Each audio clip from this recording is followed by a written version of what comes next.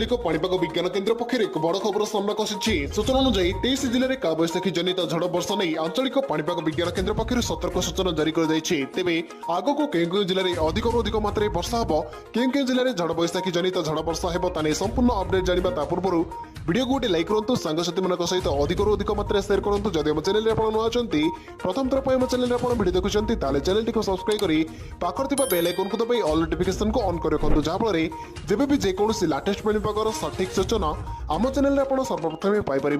ताले लेट नक चलतु खबर उपर नजर पकाइबा।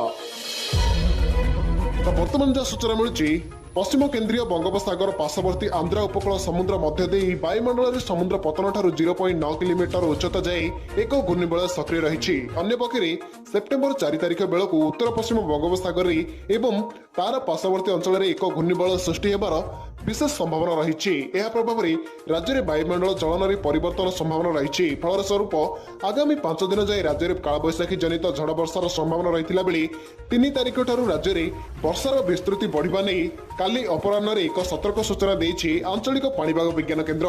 एने जारी होइतिबा सतर्क सूचना अनुसार आसंता 24 घंटा मध्य अर्थात 2 सेप्टेम्बर शनिवार अपराह्न सुधा राज्य में 23 जिले में कालबैशाखी जनित झड़ वर्षार संभावना रही।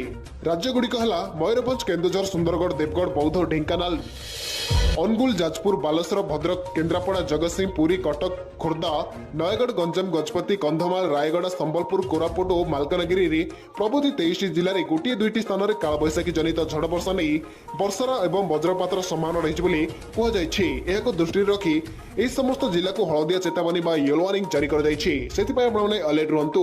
अन्य पक्षे ट्विन सिटी कटक और भुवनेश्वर समेत यार पार्श्ववर्ती अंचल में आज सकाळु आकाश मेघाच्छन्न हो रही।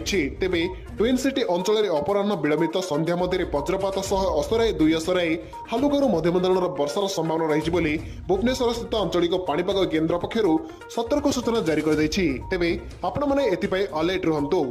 तो यह आज मुख्य खबर। जदि वीडियो आपको भल लगी था वीडियो को लाइक करूँ सांगसाथी मान सहित अधिक मात्रा सेयार करूँ। जदि आम चैनल आप नुआ अच्छा प्रथम थर पर चैनल वीडियो देखुं चैनल टी सब्सक्राइब कर पाखर बेल आइकन को दबाई ऑल नोटिफिकेशन को ऑन कर रखुँ जहाँफल जब भी जेकोसी लाटेस्ट पाणीपागर सठिक सूचना आम चैनल आप सर्वप्रथम पाइपर।